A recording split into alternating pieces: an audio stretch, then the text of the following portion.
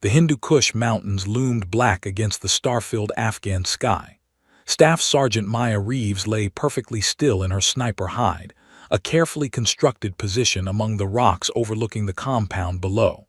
800 meters. Close enough to be effective, far enough to be invisible. The digital clock on her watch read 2:47 hours, 13 minutes until the SEALs made their move. "How's it looking, Phantom?" Corporal James Davis whispered beside her, using her call sign. He was her spotter, her eyes when she couldn't see, her brother in all but blood.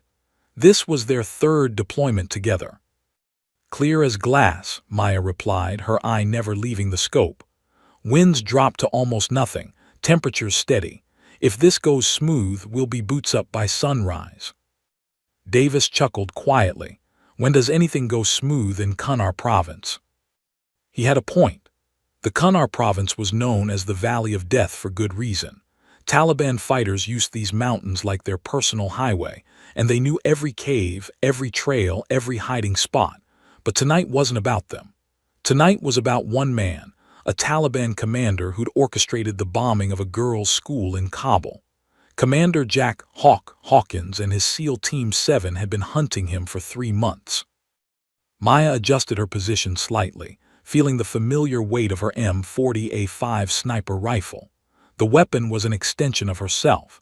She knew every scratch on its surface, every quirk of its trigger pull. In her 3 years as a Marine Scout sniper, she'd made shots that most men said were impossible. Being a woman in this role meant she had to be twice as good to get half the credit. She'd stopped caring about credit after her first confirmed kill. Results spoke louder than politics. "Phantom, this is Hawk Actual," Commander Hawkins's voice crackled through her earpiece. "We're moving to phase line Alpha. Stay frosty up there." "Copy, Hawk Actual," Maya responded. "You've got clear sight lines. No movement in the compound. Target building is the northeast structure, 2nd floor, 3rd window from the right. Heat signature confirms multiple occupants." "Good work, Phantom. Hawk Actual out." Maya watched through her scope as the SEAL team emerged from the shadows below like wraiths. They moved with the precision of a machine, each man knowing his role, trusting his brothers with his life. Hawkins led from the front. That's what made him legendary. 3 combat deployments, 2 Bronze Stars, and a reputation for bringing his men home alive. "They're at the compound wall," Davis reported, his spotting scope tracking their movement. "Breaching in 3, 2, 1. The explosion of the door breach was a controlled pop in the night. Maya's crosshairs swept the surrounding buildings, searching for threats. Her finger rested lightly on the trigger guard, ready but not eager. Every shot had to count. Every shot had a name, a face, a consequence. "Teams inside," Davis confirmed. "Looking good." But something felt wrong. Maya couldn't explain it, a tightness in her chest, an instinct honed over too many close calls. The compound was too quiet, no defensive fire, no scrambling fighters, just silence. "Davis," she whispered, "something's off." "I feel it too," he admitted. "It's like..." The world exploded. A massive fireball erupted from the target building. A secondary explosion so powerful it seemed to lift the entire structure off its foundation. The shockwave rolled across the valley like a physical thing, a wall of superheated air and destruction. Maya barely had time to register what was happening before it hit her position. The blast wave slammed into the rocky outcrop with the force of a collapsing building. Maya was thrown backward, her rifle torn from her grip. Rocks and debris rained down from above. She heard Davis scream, a sound cut short by a sickening crunch. Then everything went white, her ears ringing with a high-pitched whine that drowned out all other sound. Maya didn't know if she was unconscious for seconds or minutes. When awareness returned, she was on her back, staring up at a sky now obscured by thick smoke and dust. Her head pounded like someone had split it open with an axe. Warm blood trickled down the side of her face. Her left arm burned with pain. She looked down to see a deep laceration running from elbow to wrist, blood soaking through her uniform. "Davis," she croaked, her voice sounding distant through the ringing in her ears. "Davis." She rolled onto her side, agony lancing through her ribs. At least two were fractured, maybe more. 10 feet away, she saw him. Davis lay motionless, half buried under a collapsed section of their hide. His eyes were open, staring at nothing. A boulder the size of a car tire had crushed his chest. "No," Maya whispered. "No, no, no." She crawled toward him, knowing it was futile, needing to check anyway. Her training kicked in automatically. Check for pulse, check for breathing, assess for treatment. But there was nothing to treat. Davis was gone, killed instantly. The man who'd shared his rations with her, who'd shown her pictures of his newborn daughter just yesterday, who'd watched her back through hell and high water, gone. Maya wanted to scream, to rage, to break down. But the tactical part of her brain was already taking over, cataloging injuries, assessing threats, prioritizing survival. She pulled herself away from Davis's body and fumbled for her radio with shaking hands. The radio was shattered, the casing cracked, but the receive function still worked. She could hear the chaos erupting across the net. "Multiple casualties. Compound is gone. Repeat, entire compound. Need immediate evac. Where's Hawk? Has anyone got eyes on Hawk?" "Say again." "Commander Hawkins is MIA. MIA, missing in action." Maya's blood ran cold. She dragged herself to the edge of the outcrop and retrieved her rifle, checking it frantically. Scratched and dirty but functional. She scanned the devastation below through her scope. The compound was a crater of twisted metal and burning timber. Taliban fighters were already emerging from surrounding buildings, AK-47s ready, moving toward the wreckage like vultures. She watched in horror as they found wounded SEALs in the rubble, watched as they executed them without hesitation. Her finger tightened on the trigger, but she was too far away for effective shots in this smoke, and revealing her position would mean certain death. Then she saw it, drag marks in the dirt leading away from the main blast site. A blood trail, fresh and gleaming in the firelight, heading northeast toward the mountain foothills. Someone had survived the initial explosion and been taken, captured. More radio chatter filled her ear. "Extraction teams can't get through. Enemy reinforcements converging. Air support delayed until 6:30 hours. Dawn, they couldn't get to her until dawn, 4 hours away." Maya looked at Davis one last time, committing his face to memory. She grabbed his dog tags, slipping them around her own neck. Then she checked her gear methodically. 17 rounds for her rifle, 2 magazines for her M9 pistol, 1 fragmentation grenade, field medical kit, and a knife. Against an unknown number of enemy fighters, in hostile territory, with multiple injuries, to rescue a SEAL commander who might already be dead. Every piece of her training said to wait for extraction. Every protocol said to hold position and survive. But Maya Reeves hadn't become one of the Marine Corps elite snipers by following the safe path. And she hadn't earned the call sign, Phantom, by abandoning brothers in arms. She took one deep breath, feeling her fractured ribs protest. Then she slung her rifle, checked her compass heading, and disappeared into the darkness. The hunt was on. Maya moved through the darkness like a wraith, every step calculated, every breath controlled despite the fire in her ribs. The blood trail was easy to follow at first, thick droplets glistening in the starlight, marking a path through the rocky terrain. Whoever was bleeding had lost a lot of blood. She hoped to God it was Hawkins and that he was still alive. The adrenaline that had carried her away from the blast site was beginning to fade, replaced by waves of pain that threatened to buckle her knees. Her left arm throbbed where the laceration ran deep, the field dressing she'd applied already soaking through. Her ribs felt like broken glass grinding together with every movement.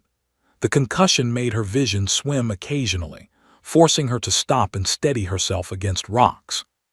But she couldn't stop, wouldn't stop. Maya paused behind a boulder and pulled out her damaged radio, adjusting the frequency. Static crackled, Then voices emerged through the interference. Viper 2 is down, confirmed KIA. Need air support immediately. Taliban forces estimated at 40 plus. Hawk actual still missing, no visual confirmation. She recognized the voice of Lieutenant Chen, Hawkins's second in command. The man sounded devastated.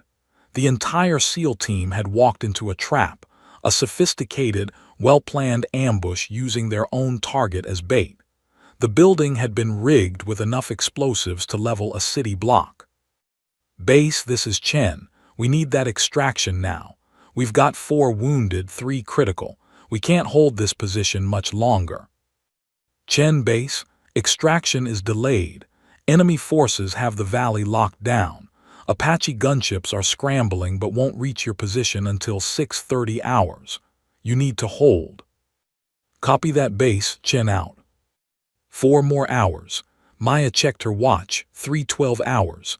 The night was still young and she was running out of time. She tried to transmit, to let them know she was tracking Hawkins, but her radio's send function was completely dead. She could only listen, a ghost on the network, privy to information but unable to contribute. It was maddening. Maya pressed forward, following the trail as it wound through a narrow ravine.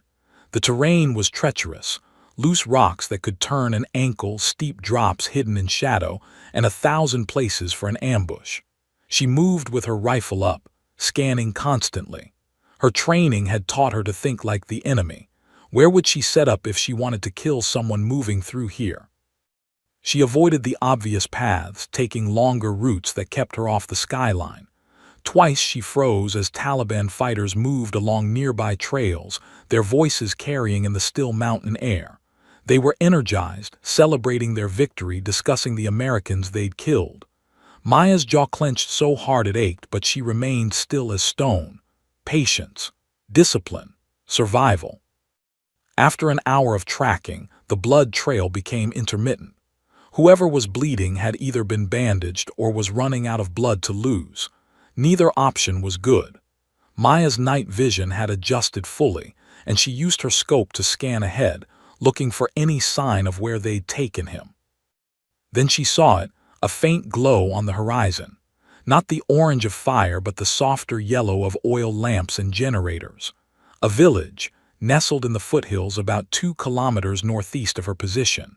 It made tactical sense, close enough to the ambush site to reach quickly, far enough to avoid immediate pursuit, and remote enough to be defensible. Maya found a high position and went prone, ignoring the screaming protest from her ribs. She needed reconnaissance before she could plan any kind of action. Through her scope, she began her assessment. The village was small, maybe 20 buildings clustered around a central dirt road. Most were dark, their occupants sleeping or hiding, but one compound showed activity. Toyota trucks were parked outside, the kind favored by Taliban fighters. Armed men moved in and out of a 2-story stone building. Maya counted carefully, 8 fighters visible but likely more inside. She watched their patrol patterns, noting which ones were disciplined and which were sloppy. The sloppy ones would die first. She shifted her scope to the building itself, searching window by window. Most were dark or showed only shadows. Then on the ground floor, 3rd window from the left, she saw him. Commander Jack Hawkins sat slumped against a wall, his hands bound behind his back. Even from this distance, Maya could see he was in bad shape. His face was bloodied and swollen, his uniform torn and scorched. But he was alive. His head moved slightly, tracking his captor's movements, still aware, still fighting. 2 guards stood watch over him, both armed with AK-47s. They looked alert, professional, not the young, inexperienced fighters she'd seen celebrating outside. These were veterans. Maya's tactical mind began working through the problem. 8 fighters, possibly more. Unknown layout inside the building. Hawkins wounded and bound. She had 17 rounds, limited mobility, and severe injuries. No backup. No air support. No cavalry riding to the rescue. The smart play was to maintain surveillance and wait for the rescue team at dawn. Mark the location, provide coordinates, let the professionals handle it. That's what the book said to do. But Maya knew what happened to captured American service members in Taliban hands. She'd seen the videos, read the intelligence reports. If they moved Hawkins across the border into Pakistan, he'd disappear into a black site, tortured for information and propaganda value.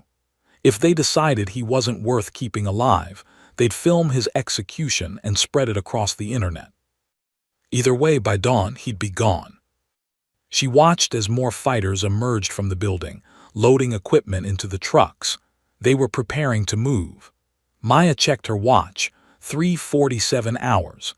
She had maybe 90 minutes before they transported Hawkins somewhere she couldn't follow. Her damaged radio crackled with more chatter. Chen and his team were pinned down, taking heavy fire. The rescue helicopters were delayed further, mechanical issues with one of the Apache. New ETA, 700 hours. The timeline was slipping away. Maya made her decision, not with her head but with her heart, the part of her that had sworn an oath to leave no one behind. The part that remembered every Marine Corps recruiting poster that promised Semper Fidelis, always faithful. She pulled back from her observation post and found a sheltered position behind a cluster of boulders. She needed a plan, and she needed to work fast. Maya laid out her remaining ammunition. 17 rounds for the rifle, 30 rounds across 2 pistol magazines, 1 grenade. Against 8 fighters minimum, possibly 12 or more. The numbers didn't matter. Math was for accountants. This was about will, skill, and the element of surprise. Maya began her mental preparation, the same ritual she performed before every mission. She visualized each shot, each movement, each potential complication. She calculated distances, estimated wind drift, planned firing positions, and fallback routes. She identified her primary targets, the 2 guards with Hawkins, then the perimeter sentries, then targets of opportunity. Her body screamed for rest, for medical treatment, for extraction. But Maya Reeves had stopped listening to her body's complaints a long time ago. Pain was just information. Fear was just chemistry. Death was just a possibility, not a certainty. She checked her rifle one final time, loading a fresh round into the chamber. The metallic click was satisfying, final. Through her scope, she took one more look at the village below. Hawkins was still there, still alive. Not for much longer if she didn't act. Maya settled into her firing position, controlled her breathing, and let her training take over. The hunt had led her here. Now came the hard part. Now came the killing. The sky was beginning to lighten in the east false dawn, the last darkness before sunrise. Maya smiled grimly. Darkness was her ally. Darkness was where phantoms lived. She centered her crosshairs on the first sentry and whispered to herself, "Semper Fi, Commander, I'm coming for you." Then she squeezed the trigger. The first sentry never knew what hit him. Maya's bullet entered his skull just above the right eye, a perfect shot at 612 meters. He dropped like a puppet with cut strings, his body crumpling behind a mud brick wall. The suppressed crack of her rifle was swallowed by the mountain winds. No alarm, no shouts, just one less enemy between her and Hawkins. Maya worked the bolt smoothly, chambering another round. 16 left.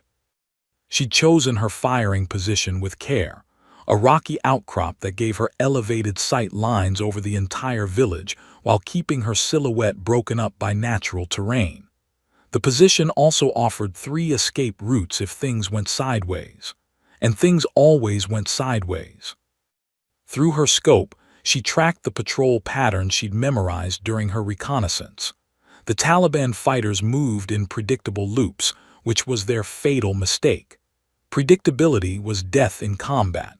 Maya had learned that lesson the hard way in Helmand Province during her first deployment.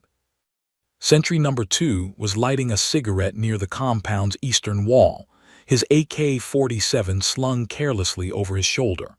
Amateur hour. Maya adjusted for a slight crosswind, led the target by half a body width and fired. The man's cigarette fell from his lips as he collapsed backward. The ember glowed briefly in the dirt before dying. 15 rounds. 2 down, 6 to go, Maya whispered to herself. Talking helped maintain focus, kept the concussion-induced fog at bay. Her head still pounded, and occasionally her vision would blur at the edges. She couldn't afford to lose consciousness. Not now. She scanned for the next target. A fighter stood on the roof of the main building, his silhouette clear against the lightning sky. Bad position for him, good for her. Maya calculated the elevation change, adjusted her scope accordingly, and took the shot. The man spun and fell, rolling down the sloped roof before hitting the ground with a heavy thud. 14 rounds. That's when the situation changed. A door burst open and a fighter emerged, shouting frantically. He'd found one of the bodies. The alarm was raised. Suddenly, the quiet village erupted into chaos. Men poured out of buildings, grabbing weapons, searching for threats. They knew they were under attack, but they didn't know from where or by how many. Maya let them panic. Fear was a weapon too. She watched through her scope as the fighters organized into search teams. One group headed toward the hills to the west, wrong direction. Another team stayed to guard the building where Hawkins was held. The remaining fighters spread out, trying to locate the sniper. Time for a different tactic. Maya pulled her fragmentation grenade from her vest, judging the distance to the cluster of vehicles parked near the compound. Too far for an accurate throw from here, but she didn't need to throw it. She needed to create chaos. She centered her crosshairs on the grenade in her hand, picturing the trajectory. Then she pulled the pin, counted to 2, and hurled it with everything she had toward the village. The grenade arced through the pre-dawn air, falling short of the vehicles but landing near a stack of fuel cans the fighters had been loading into a truck. Maya was already moving before it detonated. The explosion was spectacular. The fuel cans ignited in a secondary blast that sent a fireball mushrooming into the sky. The shockwave shattered windows and toppled one of the Toyota trucks onto its side. Fighters screamed, some on fire, others deafened and disoriented. 3 enemies died in the blast. 2 more were critically wounded. Maya sprinted to a new position 50 meters east, her ribs screaming, her leg nearly giving out. But she made it to a dried creek bed that provided cover and a different angle on the compound. She dropped prone and brought her rifle up just as return fire raked her previous position. Bullets sparked off rocks where she'd been seconds before. "Looking in the wrong place, boys," she muttered. Through the scope, she counted the remaining fighters. 5 still mobile, plus the 2 guards inside with Hawkins. The odds were improving, but she'd lost her element of surprise. Now they knew approximately where she was, and they were adapting. A fighter popped up from behind a wall, trying to flank her position. Maya's bullet caught him mid-stride. He went down hard. 13 rounds. Another fighter tried to use the burning vehicles as cover to advance.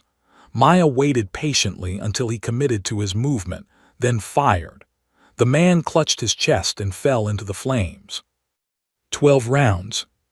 But her muzzle flash had given away her new position. Incoming fire intensified, forcing Maya to press herself flat against the creek bed. Bullets snapped overhead, showering her with rock chips and dust. She counted at least 3 shooters with angles on her. This position was compromised. Maya low-crawled through the creek bed, using every depression and shadow for concealment. The sky was getting lighter, false dawn giving way to the real thing. She was running out of darkness, running out of time. Once the sun was fully up, she'd lose her advantage entirely. She needed to change the dynamic, force them to react instead of hunt. Ahead, the creek bed curved around a cluster of buildings on the village's southern edge. Maya moved toward it, formulating a new plan. If she could get closer, transition from sniper to assault, she could breach the building where Hawkins was held. But that meant getting past the remaining fighters in close quarters. A shout in Pashto echoed from nearby. They were coordinating, sweeping toward her position. Maya estimated she had maybe 2 minutes before they found the creek bed. She reached a culvert that passed under the main road, a drainage tunnel just wide enough to crawl through. It was a risk. If they spotted her in there, she'd be trapped. But it would put her on the other side of their search line, closer to the target building. Maya slung her rifle across her back and entered the culvert, crawling on her belly through 6 inches of foul water. Every movement sent lightning bolts of pain through her fractured ribs. The tunnel seemed to go on forever, claustrophobic and dark. She could hear boots running overhead, voices shouting. Finally, she emerged on the other side, behind an abandoned goat pen. She was now less than 100 meters from the building where Hawkins was held, but between her and the target were 2 alert fighters scanning the area with their weapons ready. Maya checked her rifle, fouled with mud and water. She couldn't risk a shot that might misfire. She'd have to get closer. She pulled her M9 pistol and checked the chamber, clean and ready. Close-quarters weapons for a close-quarters fight. The 2 fighters had their backs to her, focused on the chaos across the village. Maya moved like a ghost, using the goat pen's wall for cover, closing the distance. 50 meters, 40, 30. One of the fighters turned, his eyes widening as he spotted her. Maya was faster. 2 shots sent her mass. The fighter went down. His partner spun, raising his AK-47, but Maya was already moving, closing the distance. She fired twice more. The man stumbled backward but didn't fall. He was wearing body armor. He brought his rifle to bear. Maya dove behind a stone water trough as bullets chewed up the ground where she'd been standing. She came up on the other side and fired her remaining rounds. One caught the fighter in the neck. He dropped, gurgling, his hands clutching the wound. Maya ejected the empty magazine and slammed in her last one. 15 rounds left in her pistol. 3 fighters remained outside, plus the 2 guards with Hawkins. She was close now, so close. The target building was right ahead, its thick stone walls scarred by decades of conflict. She could see the window where they held Hawkins, but the front door was barricaded, and the remaining fighters were converging on her position. She'd planned to use stealth. That option was gone. She'd hoped to eliminate threats from distance. That was impossible now. All that remained was violence of action. Hit them hard, hit them fast, and don't stop until the mission was complete or she was dead. Maya checked her gear one last time. Pistol ready, knife secured, determination absolute. The sun broke over the eastern ridge, painting the Hindu Kush in shades of gold and crimson. Dawn had arrived. Time to breach. Maya pressed her back against the stone wall of the target building, her breath coming in sharp gasps. Every inhale felt like someone was driving a spike through her chest. The fractured ribs were getting worse, grinding together with each movement. She could taste copper, blood from where she'd bitten her tongue during the crawl through the culvert. But pain was just noise. She filtered it out. Through the morning air, she could hear the remaining fighters shouting to each other in Pashto. They were confused, disorganized. They'd expected a team, not a lone operator. That confusion was her edge, and she intended to use every second of it. Maya peered around the corner of the building. The 3 remaining external fighters had taken defensive positions, one behind the overturned truck, one in a doorway across the street, and one on a rooftop with a clear view of the approach to the target building. The rooftop shooter was the immediate threat. She tilted her head back, studying the building she was pressed against.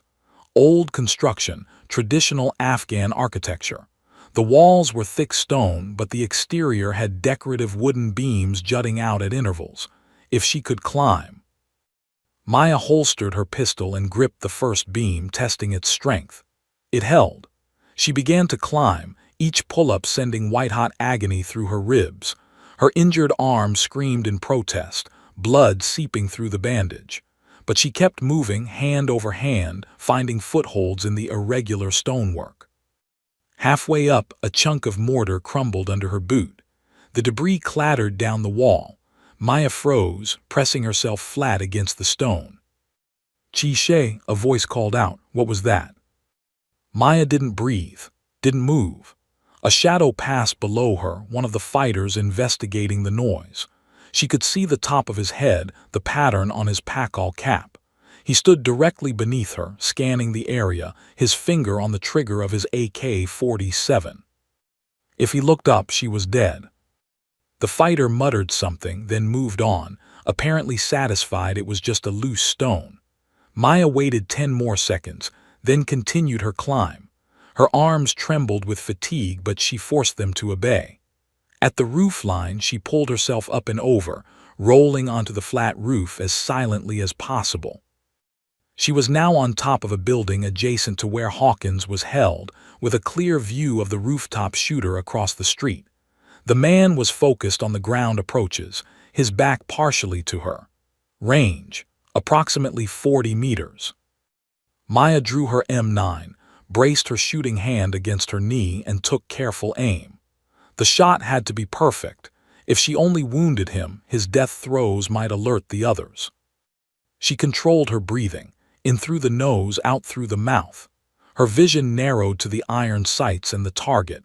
Everything else faded away, the pain, the fear, the impossible odds. There was only the shot. Maya squeezed the trigger. The pistol cracked. The fighter on the rooftop jerked and fell forward, his weapon clattering across the tiles before tumbling to the street below.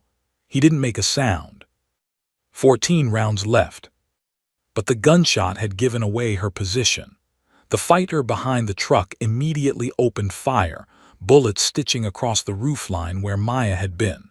She'd already rolled away, moving to the opposite side of the roof. From her new angle, she had a clean shot at the truck, more specifically at its fuel tank. Maya aimed carefully and fired 3 rounds into the tank's underside. For a moment, nothing happened. Then fuel began gushing out, pooling beneath the vehicle. She adjusted her aim and fired at the metal, trying to create a spark. The 4th bullet did it. The fuel ignited with a whoosh, and within seconds the truck was engulfed in flames. The fighter behind it had 2 choices, burn or run. He chose to run, breaking from cover in a desperate sprint. Maya tracked him smoothly and fired twice. He went down mid-stride, sliding face first in the dirt. 10 rounds left in the pistol.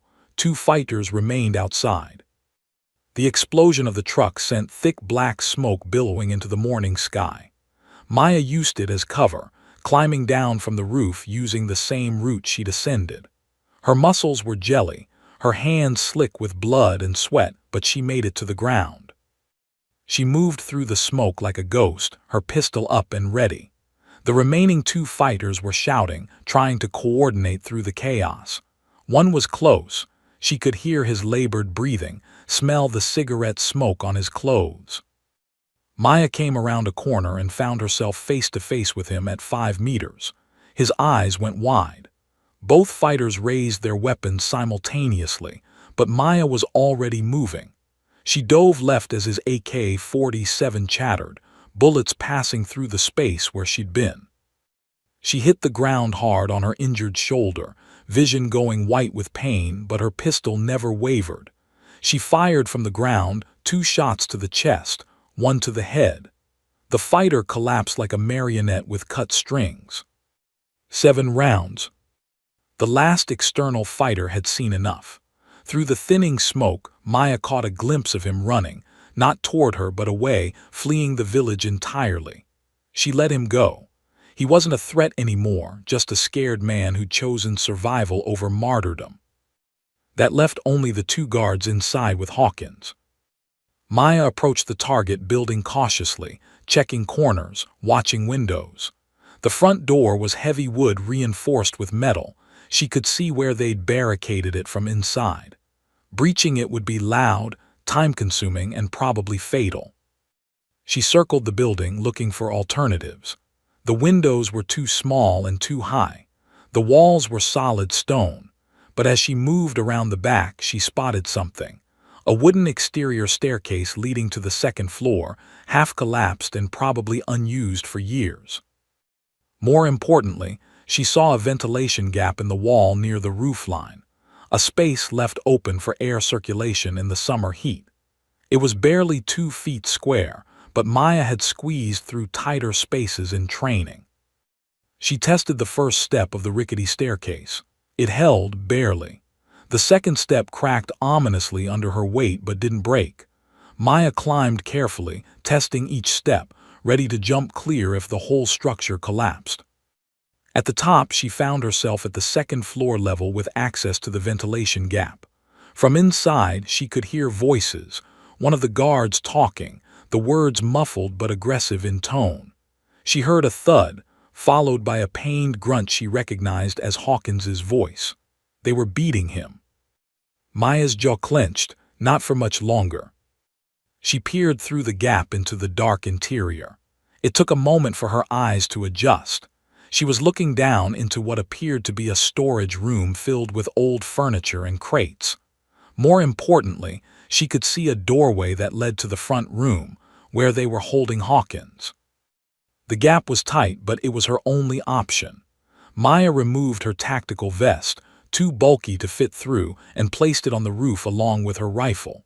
She kept her pistol, knife, and one last trick, her flashbang grenade, saved for an emergency. This qualified. Maya squeezed through the ventilation gap feet first, scraping her shoulders raw against the rough stone. For a heart-stopping moment, she thought she was stuck, wedged in the opening like a cork in a bottle. Then something tore her uniform, and she dropped through, landing hard on a pile of old rugs. The impact drove the air from her lungs. She lay there gasping, every nerve screaming, willing herself not to pass out. She could hear the guards more clearly now, their voices coming from the next room. "Americans will come for him. We should kill him now." "No, the commander wants him alive for the video. It will be good propaganda."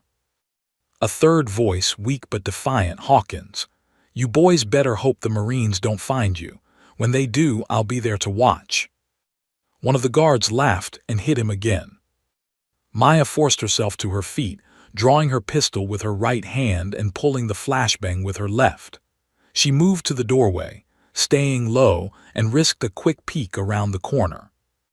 The room was exactly as she'd seen through her scope: rectangular, stone walls, minimal furniture. Hawkins sat against the far wall, hands bound behind his back, his face a mask of bruises and blood. But his eyes were alert, dangerous. He was still fighting. 2 guards stood over him. Both had pistols holstered at their sides, but their AK-47s were leaning against the wall, close, but not in hand.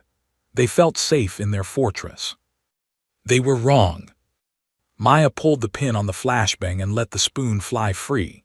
She counted: 1 Mississippi, 2 Mississippi, then rolled it into the room like a bowling ball.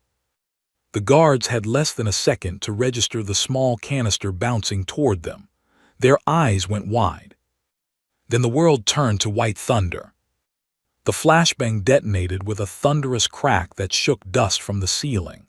Even in the adjacent room, with her eyes closed and hands over her ears, Maya felt the concussive pressure wave. For the guard standing directly over the grenade, it was catastrophic. Maya moved before the echo faded. She came through the doorway low and fast, her M9 pistol extended. The 2 guards were stumbling, hands clutching their faces, temporarily blind and deaf. Their training screamed at them to fight, but their bodies wouldn't cooperate. One guard fumbled for his holstered pistol.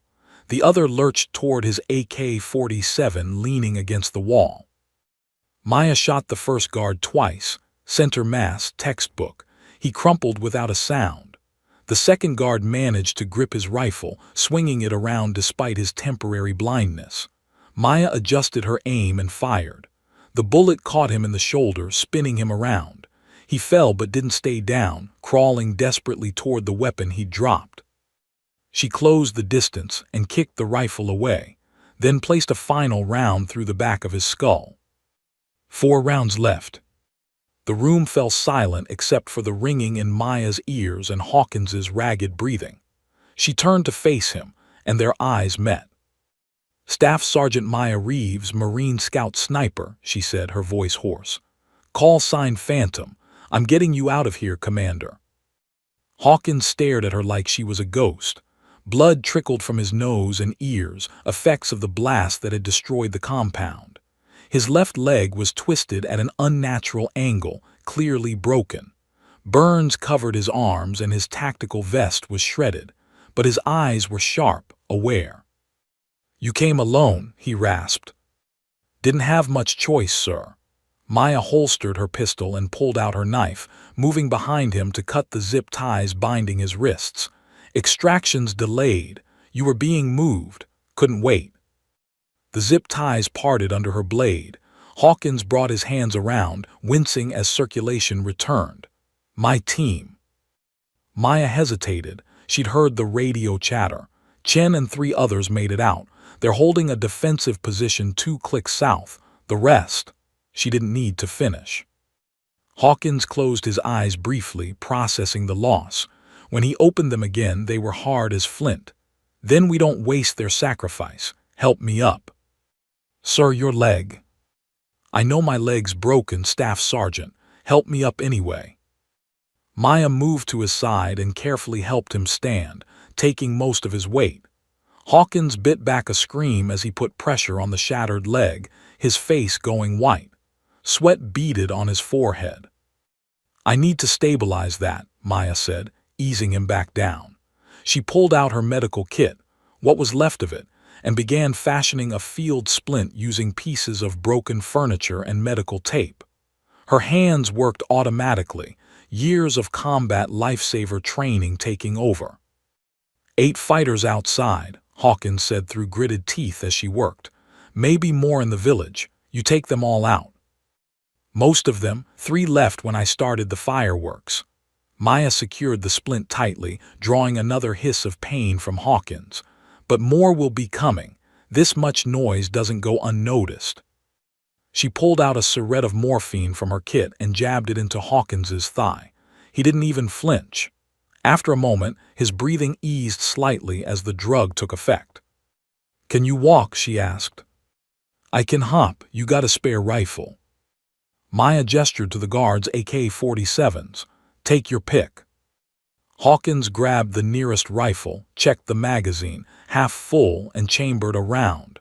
Despite his injuries, he handled the weapon with practiced ease. "What's the extraction plan?" "Working on it," Maya admitted. She moved to the window and carefully peered out. The burning truck was still sending up a column of black smoke. Bodies lay scattered in the street. But in the distance, she could see movement, vehicles approaching from the west, reinforcements drawn by the battle. "We've got maybe 5 minutes before this village is crawling with Taliban," she said. "We need to move north, get to higher ground where the helicopters can extract us." "How far?" 2 kilometers, through open terrain. Hawkins laughed, a sound without humor. "With me hopping on one leg and you looking like you went 10 rounds with a grizzly bear, this should be interesting." Maya looked down at herself. Her uniform was torn and blood-soaked, her left arm still bleeding through the bandage.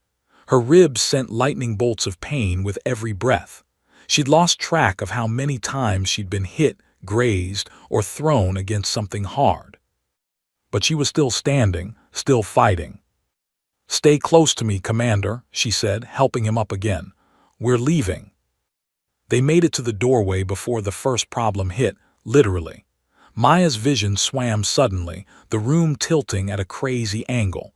The concussion was catching up with her. She stumbled, nearly dropping Hawkins.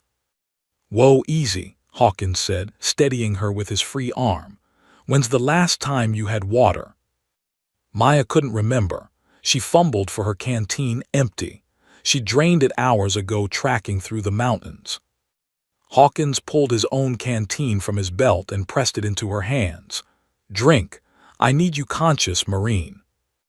Maya drank gratefully, the warm water tasting like salvation. It helped clear her head slightly. "Thanks, sir."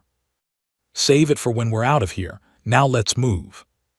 They emerged from the building into early morning sunlight.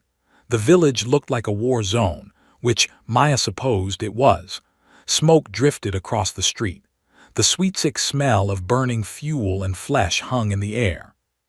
Maya scanned for threats, her pistol in her right hand while her left supported Hawkins. They moved slowly, painfully, Hawkins hopping on his good leg while leaning heavily on Maya's shoulder. Every few steps, he had to pause to breathe through the pain. They made it 50 meters before the shooting started. Bullets cracked past them, kicking up dust. Maya spotted the shooter, a Taliban fighter emerging from a building to their right, his rifle chattering on full auto. She returned fire with her pistol, 3 quick shots. The fighter ducked back into cover. 3 rounds, 1 left. Contact right, Hawkins shouted, swinging his AK-47 around and firing a burst that stitched across the building's facade. The fighter didn't reappear. They kept moving, faster now despite the pain. Adrenaline was a hell of a drug. They reached the edge of the village, stumbling into an open field that sloped upward toward a rocky ridgeline. 2 kilometers, might as well have been 200. Behind them, engines roared. The reinforcements were entering the village. Shouts echoed. They'd found the bodies, found the destroyed building. "They're coming," Hawkins said unnecessarily. Maya's radio suddenly crackled to life, the receive function still working. "All units, this is Viper 1-1. We have Apache gunships inbound to grid 42 SXD 82 34 56 77. ETA 10 minutes. 10 minutes. They had 10 minutes to cover 2 kilometers while wounded and pursued. Maya looked at the ridgeline, then at Hawkins, then back at the village where Taliban fighters were mounting vehicles, preparing to hunt them down. The math didn't work. They wouldn't make it. Unless... "Commander," Maya said, an idea forming. "How good of a shot are you with that AK?" Hawkins managed a pained grin. "I didn't make SEAL Team 7 by missing." "Why?" "Because I've got 1 round left in my pistol. You've got maybe 20 in that rifle. And I'm about to do something really stupid to buy us time." "I'm listening." Maya scanned the terrain. About 100 meters ahead was a small irrigation ditch, deep enough for concealment. Beyond that, scattered boulders offered cover, if they could reach those positions. "We're not running from them anymore," Maya said. "We're going to make them come to us, and when they do, we're going to make them pay for every meter." Hawkins studied her face, saw the determination there despite the pain and exhaustion. "You know they'll surround us, pin us down. We could just keep moving, hope the Apache arrive in time." "Hope isn't a strategy, sir." "No," Hawkins agreed, checking his rifle's magazine. "It's not. All right, Staff Sergeant, you've kept me alive this long. What's the plan?" Maya pointed to the irrigation ditch. "We ford up there, controlled fields of fire. When they come, and they will come, we hit them hard enough to make them think twice. Slow them down until air support arrives. And if the Apache don't make it in time..." Maya met his eyes. "Then we make our last stand count for something." Hawkins nodded slowly. "Semper Fi Marine." "Hoorah, Commander. Now let's go kill some bad guys." They moved toward the irrigation ditch. 2 wounded warriors against an army, betting everything on 10 minutes and the hope that help would arrive before the end. Behind them, engines roared and men shouted for blood. The race against dawn had become a race against death itself. Maya and Hawkins half ran, half stumbled toward the irrigation ditch, every second expecting bullets to tear through their backs. The morning sun was fully up now, exposing them against the barren landscape. They were completely in the open, 2 wounded targets moving at a crawl. 50 meters from the ditch, the first vehicle burst from the village, a Toyota pickup with a mounted machine gun in the bed. The gunner opened fire immediately, heavy caliber rounds chewing up the earth around them. "Go, go, go," Maya shouted, practically dragging Hawkins now. They dove into the irrigation ditch just as the machine gun fire tracked across their position. Maya landed hard on her injured ribs, the impact driving the air from her lungs. Stars exploded across her vision. For a moment, she thought she'd pass out. Hawkins grabbed her shoulder, shaking her. "Stay with me, Reeves." Maya gasped, forcing oxygen into her lungs, willing herself to focus. The ditch was about 4 feet deep and 3 feet wide, not much, but enough to provide cover from direct fire. The earthen walls were packed hard, stable enough to fight from. She pulled herself up to the lip of the ditch and risked a look. 3 vehicles now, 2 pickups and a SUV, were racing across the field toward their position. She counted at least 15 fighters. "Multiple targets, 3 o'clock, she called to Hawkins. "Range approximately 300 meters and closing." Hawkins positioned himself on the opposite side of the ditch, using the earth as a brace for his AK-47. Despite his broken leg and the morphine in his system, his hands were steady. "I've got the vehicle on the left. You take the right." Maya drew her M9 pistol, 1 round left. Not nearly enough. She grabbed one of the dead guard's pistols from her belt, a Makarov she'd taken from the building. 8 rounds, maybe 9. Still not enough, but it would have to do. The vehicles spread out as they approached, trying to flank the ditch from multiple angles. Smart tactics. They weren't just charging in blindly. At 200 meters, Hawkins opened fire. His burst stitched across the hood of the left pickup, and the vehicle swerved violently. The driver slumped over the wheel and the truck careened into a boulder, flipping spectacularly. Fighters tumbled from the bed, several not getting up. "Good shooting," Maya shouted. The other vehicles stopped at 150 meters, outside effective pistol range but well within rifle range. Fighters piled out, using the vehicles for cover, laying down suppressive fire. Bullets cracked overhead, forcing Maya and Hawkins to stay low. "They're setting up a base of fire," Hawkins observed.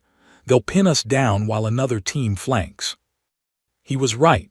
Maya spotted movement on their left, 4 fighters using a small rise in the terrain to move around their position.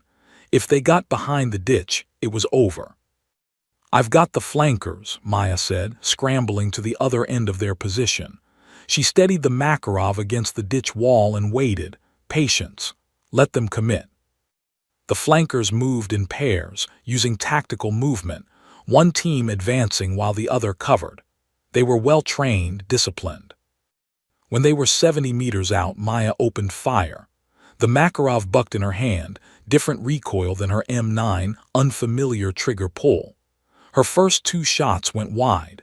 She adjusted, controlled her breathing despite the pain, and fired again. The lead flanker went down. His partner dove for cover behind a rock. Maya put 2 more rounds into the rock, keeping him pinned. The second pair of flankers split up, trying to widen the angle. Maya's slide locked back. Empty. 8 rounds gone, 1 enemy down, 3 still advancing. She dropped the Makarov and drew her M9, 1 precious round. 1 shot had to count. She tracked the nearest flanker as he sprinted between cover positions. Led him. Squeezed. The pistol cracked. The fighter's leg buckled and he went down, screaming, clutching his thigh. Not a kill shot, but he was out of the fight. Maya's slide locked back. No more ammunition for her pistols. "Hawkins, I'm Winchester on pistols." "Here." Hawkins tossed her one of the dead guard's AK-47s from the building. Maya caught it, checked the magazine. Half full, maybe 15 rounds, and turned back to the flankers. The remaining 2 had gone to ground, pinned by her fire but not eliminated. Meanwhile, the main group at the vehicles was preparing to assault. She could see them staging, working up their courage. Her radio crackled. "Viper 1-1 to any friendly units in Grid 42, SXD 82345677. We are 5 minutes out. Authenticate, over." 5 minutes. 5 more minutes of holding this position against 15+ fighters with limited ammunition and 2 wounded operators. Maya keyed her damaged radio, praying the transmission would work. Viper 1-1, this is Phantom. Too friendly, multiple hostiles, danger close. Static then, copy Phantom, can't read, repeat, repeat. The transmission cut out. She didn't know if they'd heard her, didn't know if they understood the situation. They coming or not? Hawkins shouted, firing another burst at the vehicles. 5 minutes maybe. Then we hold for 5 minutes. The Taliban fighters chose that moment to assault. 10 of them broke from cover simultaneously, spreading out in a ragged line, firing as they advanced. The remaining fighters at the vehicles provided suppressing fire, a wall of lead that forced Maya and Hawkins to hug the bottom of the ditch. Contact front, Maya yelled unnecessarily. She popped up and fired a quick burst, dropped back down as return fire cracked overhead. She'd hit one, maybe two. Hawkins was firing methodically, short, controlled bursts. Another attacker fell, then another, but they kept coming, accepting casualties, determined to overrun the position. 50 meters out, the attackers were screaming now, working themselves into a frenzy. Maya and Hawkins fought back-to-back in the narrow ditch, their rifles barking, brass casings flying. Maya's AK-47 ran dry. She dropped it and grabbed a rock, absurdly inadequate but all she had left. Hawkins fired his last rounds and threw the empty rifle aside. He pulled his combat knife. "Well," he said, breathing hard, "it's been an honor, Staff Sergeant." Maya pulled her own knife, her vision tunneling, preparing for the final rush. "Likewise, Commander." The attackers were 30 meters out, 20. She could see their faces, see the murder in their eyes. Then the world erupted. Apache gunships came screaming over the ridgeline like avenging angels, their 30-chain guns roaring. The heavy rounds tore through the attacking fighters like a scythe through wheat. Bodies exploded. The earth itself seemed to come apart under the onslaught. The fighters who weren't killed in the first pass broke and ran, all cohesion lost, every man for himself. The Apache hunted them mercilessly, rockets and cannon fire turning the battlefield into hell on earth. Behind the Apache came a Black Hawk, flaring hard and settling into a hover 50 meters from the ditch. The crew chief waved frantically from the open door. "That's our ride," Hawkins shouted over the roar of rotors. Maya helped him up and they scrambled out of the ditch. The 50 meters to the helicopter seemed like 50 miles. Every step was agony. Maya's vision was fading at the edges. She'd lost too much blood, taken too much punishment. Her body was shutting down. She stumbled.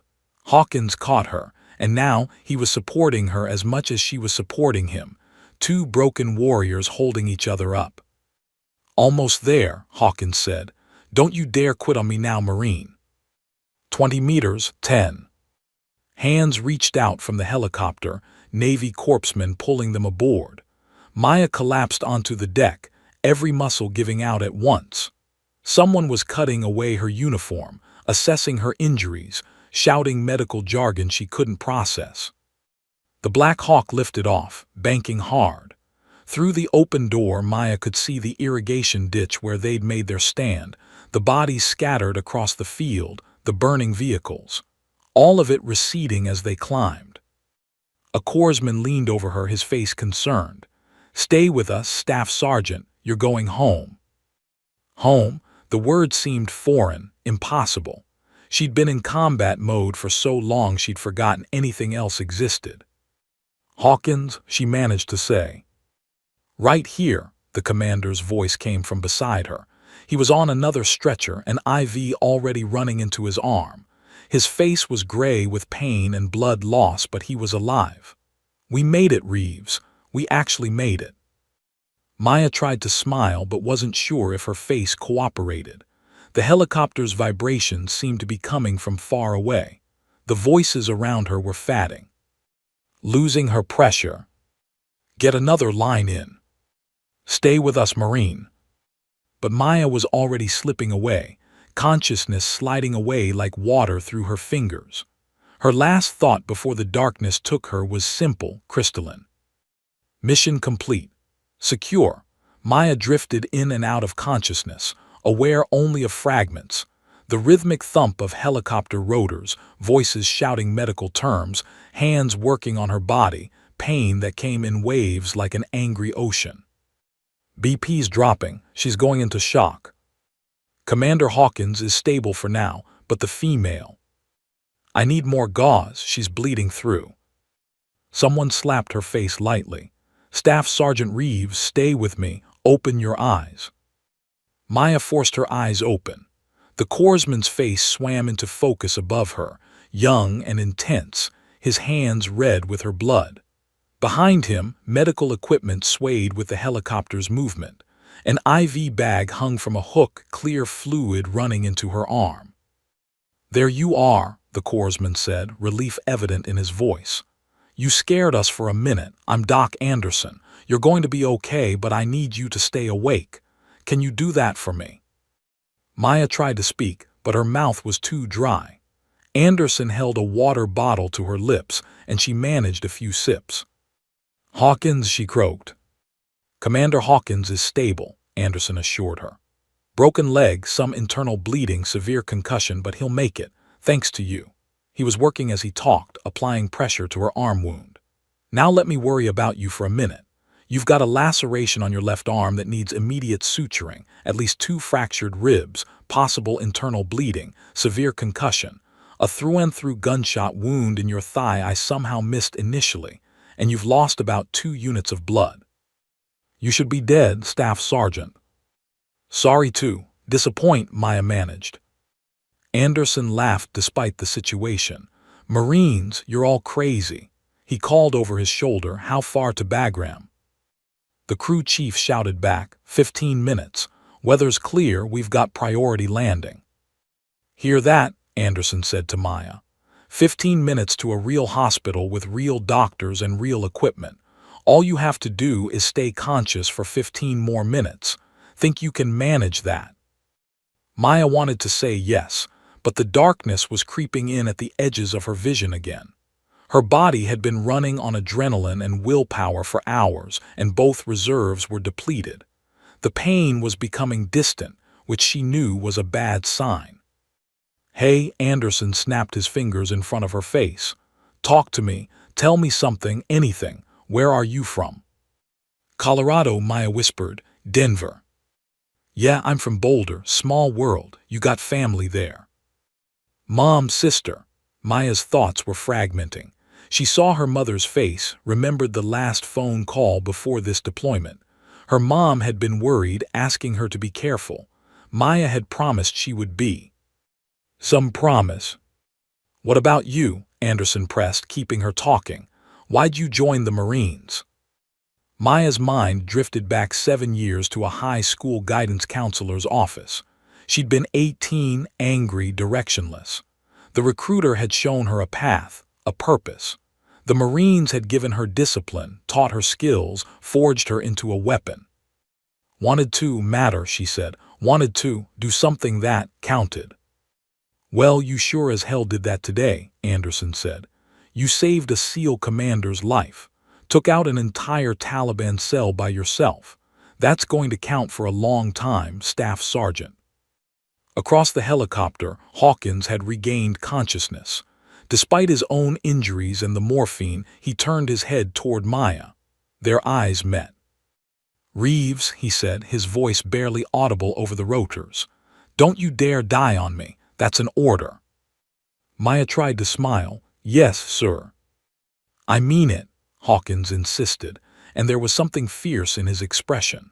You don't get to pull off the most badass rescue I've ever seen and then check out before the paperwork. I've got about 100 forms to fill out, and I need you alive to corroborate my story.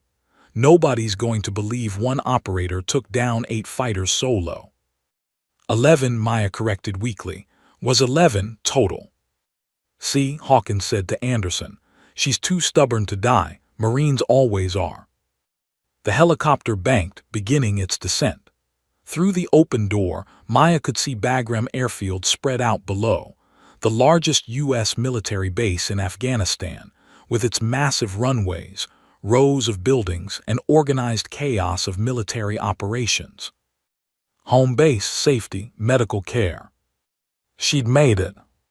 They'd made it. 2 minutes, the pilot called back. Anderson was still working on Maya, his hands quick and efficient. He'd managed to slow the bleeding, stabilize her vitals enough to get her to the hospital. But his face was tight with concern. She'd seen that look before, the expression of a medic who knew his patient was balancing on a knife's edge. The Black Hawk touched down on the helipad with barely a jolt. Before the skids fully settled, a trauma team was rushing toward them. Doctors, nurses, specialists, all running with gurneys and equipment. The next few minutes were a blur of motion. Maya was transferred from the helicopter to a gurney, then wheeled rapidly across the tarmac toward a building marked with a massive red cross. Hawkins was on another gurney beside her, both of them being rushed to emergency surgery. Someone was shining a light in Maya's eyes, checking her pupils. Someone else was cutting away the rest of her uniform. Voices overlapped. Prep or 2, we've got a GSW and severe hemorrhaging. Type and crossmatch, we'll need at least 4 units. Get surgery on standby. BP's stabilizing, but she's still critical. They burst through double doors into the hospital. The fluorescent lights were painfully bright after the darkness of the helicopter. Maya's gurney hit something, a door frame, maybe, and the jolt sent a fresh wave of pain through her body. A female doctor appeared above her, African-American, maybe 40, with kind eyes and an air of absolute competence. Her name tag read, MAJ, WILLIMS. Staff Sergeant Reeves, I'm Major Williams and I'm going to be your surgeon, she said calmly. You've had quite a morning, but you're safe now. We're going to take good care of you. Do you understand? Maya nodded weakly. Good, we're taking you to surgery right now to stop the bleeding and repair the damage. You're going to be just fine. I promise you that. Williams looked at someone Maya couldn't see. Let's get her prepped. And somebody find out who this warrior is and make sure her family knows she's alive. The gurney turned a corner, entering a pre-op area. A nurse with a syringe approached. This is going to help you relax, she said gently. Maya felt the medication enter her IV line, felt warmth spreading through her veins. The pain began to recede, replaced by a floating sensation. Her thoughts became softer, less urgent.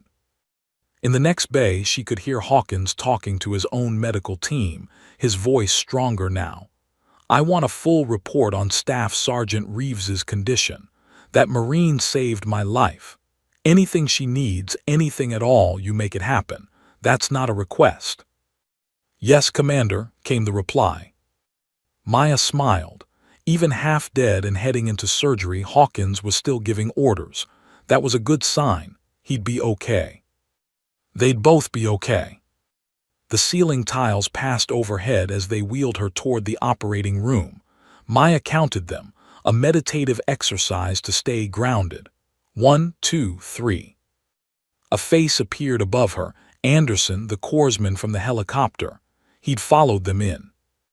Hey, Marine, he said, grinning. You made it to Bagram. Told you could hang on for 15 minutes. Thanks, Doc, Maya whispered. No, thank you. What you did out there, he shook his head. That's the stuff of legends. The whole base is talking about it. The female Marine sniper who took on an army to save a SEAL commander. Just did my job. No, Anderson said seriously. You did a hell of a lot more than that. You're a hero, Staff Sergeant Reeves. Own it. The surgical doors opened ahead. Major Williams was already scrubbed and ready, her team assembled. All right, Maya, Williams said, switching to her first name now. Time to sleep. When you wake up, this will all be over. We've got you. The anesthesiologist placed a mask over Maya's face.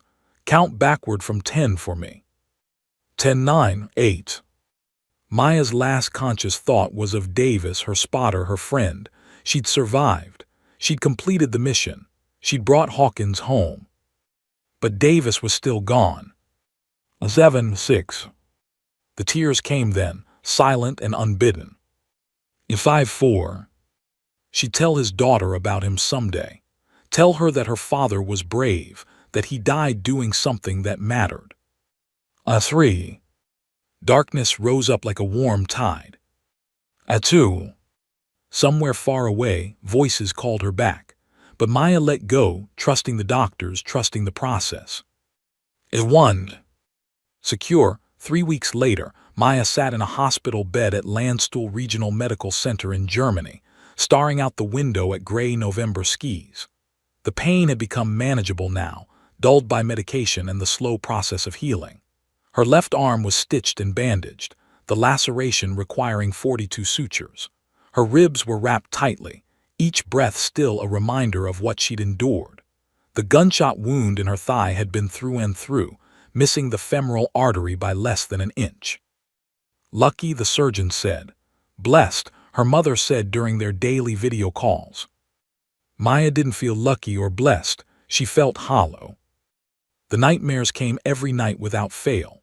She'd wake up gasping, back in that sniper hide with Davis beside her, watching the compound explode again and again. Sometimes in the dreams she could save him, pull him clear of the falling rocks, drag him to safety. But she always woke before finding out if it worked, the hope dissolving into the reality of his empty chair at breakfast, his locker being cleared out, his daughter growing up without a father. A knock at the door interrupted her thoughts. Come in, Maya called, expecting another nurse with more medication or another physical therapist ready to torture her healing body. Instead, Commander Jack Hawkins wheeled himself through the door. He looked better than the last time she'd seen him, cleaned up, the swelling in his face reduced, the burns on his arms bandaged properly. His leg was in a full cast, elevated in the wheelchair's leg rest. But his eyes were clear, alert, alive. Commander, Maya said, sitting up straighter despite the protest from her ribs. Sir, you shouldn't be out of bed. Neither should you, and yet here we are, Hawkins interrupted, wheeling himself to her bedside. How are you feeling, Staff Sergeant? Like I got hit by a truck, sir, you. Like I got blown up by a building, he smiled slightly. So, about the same. They sat in comfortable silence for a moment, two warriors who'd seen each other at their worst, who'd bled together, fought together, survived together. Words seemed inadequate. Finally Hawkins spoke. I wanted to thank you properly for what you did. Maya shook her head. You don't need to thank me, I was just. Don't say you were just doing your job, Hawkins cut her off. What you did went so far beyond duty it's not even in the same universe. You tracked me alone through hostile territory, eliminated 11 enemy fighters while severely wounded, breached a fortified position, extracted me under fire, and held off an assault until air support arrived. That's not just a job. That's something else entirely. He reached into his jacket and pulled out a small velvet box. Opening it, he revealed a seal trident pin, the iconic insignia of naval special warfare, the symbol worn by only the most elite warriors in the military.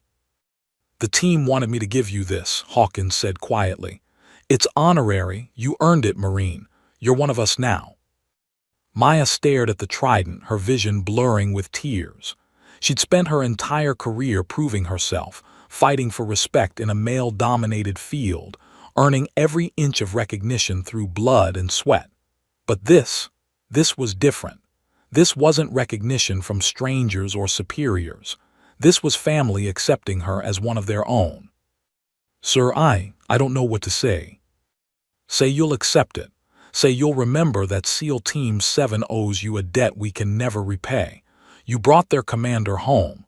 You gave me back to my wife and kids. That means everything. Maya took the pin with trembling hands, running her thumb over the eagle clutching the trident.